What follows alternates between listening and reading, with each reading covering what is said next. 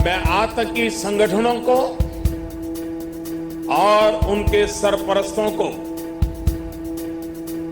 कहना चाहता हूं कि वे बहुत बड़ी गलती कर चुके हैं।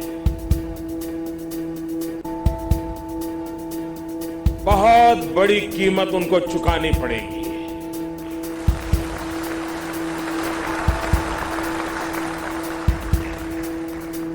मैं देश को भरोसा देता हूं कि हमले के पीछे जो ताकतें हैं, इस हमले के पीछे जो भी गुनहगार हैं,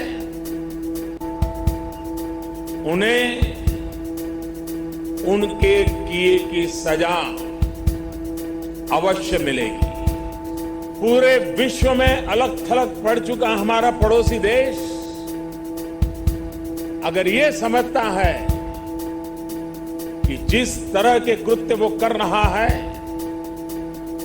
जिस तरह की साजिश रच रहा है, उससे भारत में अस्थिरता पैदा करने में सफल हो जाएगा, तो वो ख्वाब हमेशा हमेशा के लिए छोड़ दे।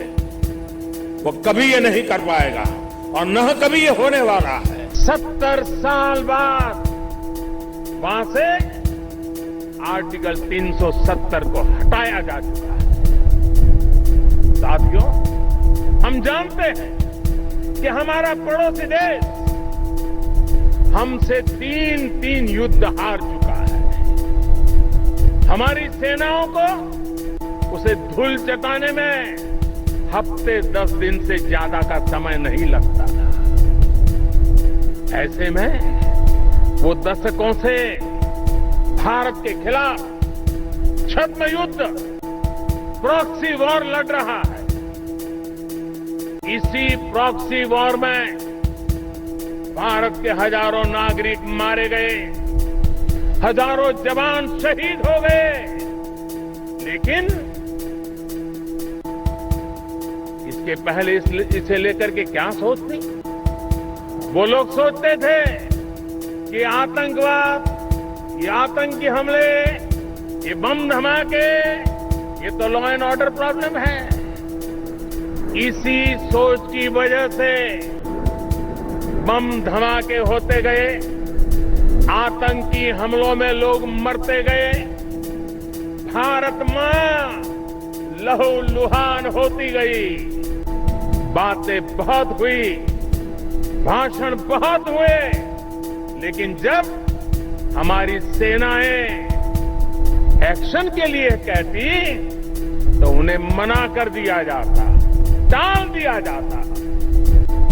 आज युवा सोच है, युवा मन के साथ देश आगे बढ़ रहा है और इसलिए वो सर्जिकल स्ट्राइक करता है, एयर स्ट्राइक करता है और आतंक के सरपरस्तों को उनके घर में जाकर सबक सिखाता है। हम उस देश के वासी हैं जिसने दुनिया को युद्ध नहीं, बुद्ध दिए हैं, शांति का संदेश दिया है।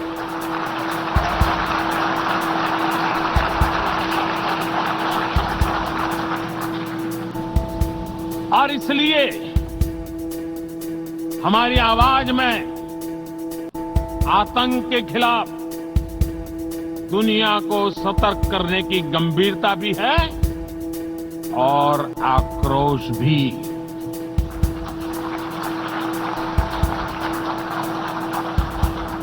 हम मानते हैं कि ये किसी एक देश की नहीं, बल्कि पूरी दुनिया की और मानवता की सबसे बड़ी चुनौतियों में से एक है।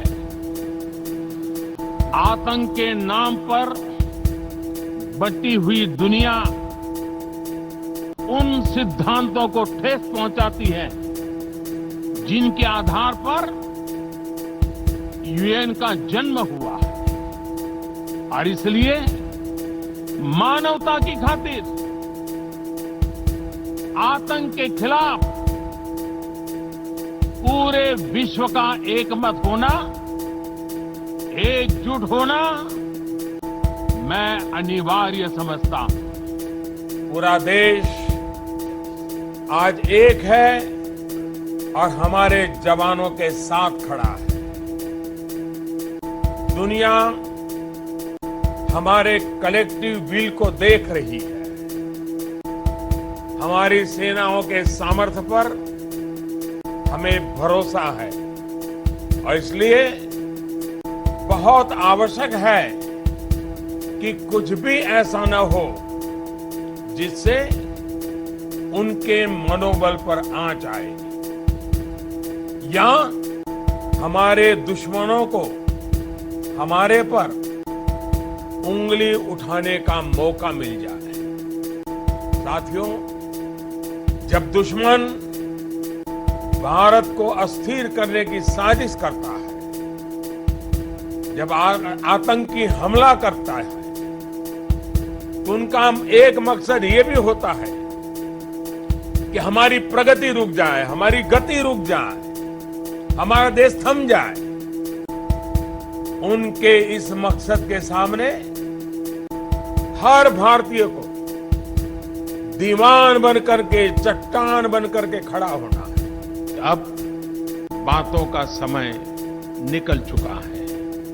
अब सारी दुनिया को आतंकवाद और उसके समर्थकों के विरुद्ध एकजुट होकर ठोस कदम उठाने की आवश्यकता है।